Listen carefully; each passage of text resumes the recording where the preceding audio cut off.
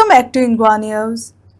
Pramod Sawant announced that 33% of women's reservation bill will be implemented after 2029 in both Lok Sabha and Vidhan Sabha, a move expected to increase the number of legislative seats. Highlighting the importance of inclusive governance, Sawant said the women-led leadership will play a key role in shaping the country's future across sectors. He also expressed gratitude to Narendra Modi for introducing the reform, calling it a significant step towards empowering women in the politics.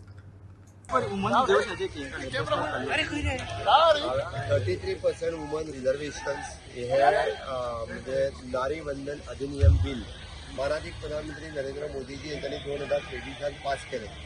पण ते bill एक step पुढे वचून 2011च्या सेन्ससाचेर आणि 33% seat दिवन म्हणजे आम्ही जशें म्हणटा की जवळपास 834 सीट लोकसभेचे जातले, विधानसभेचे सीट वाडपाचे आसा.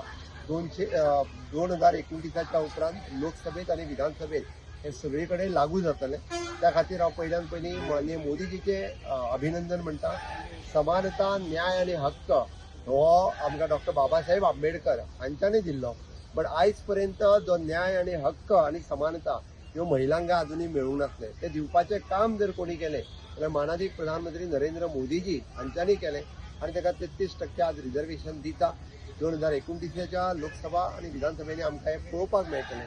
म्हणून हांव माननीय प्रधानमंत्री नरेंद्र मोदीजी हांचें अभिनंदन म्हणटा.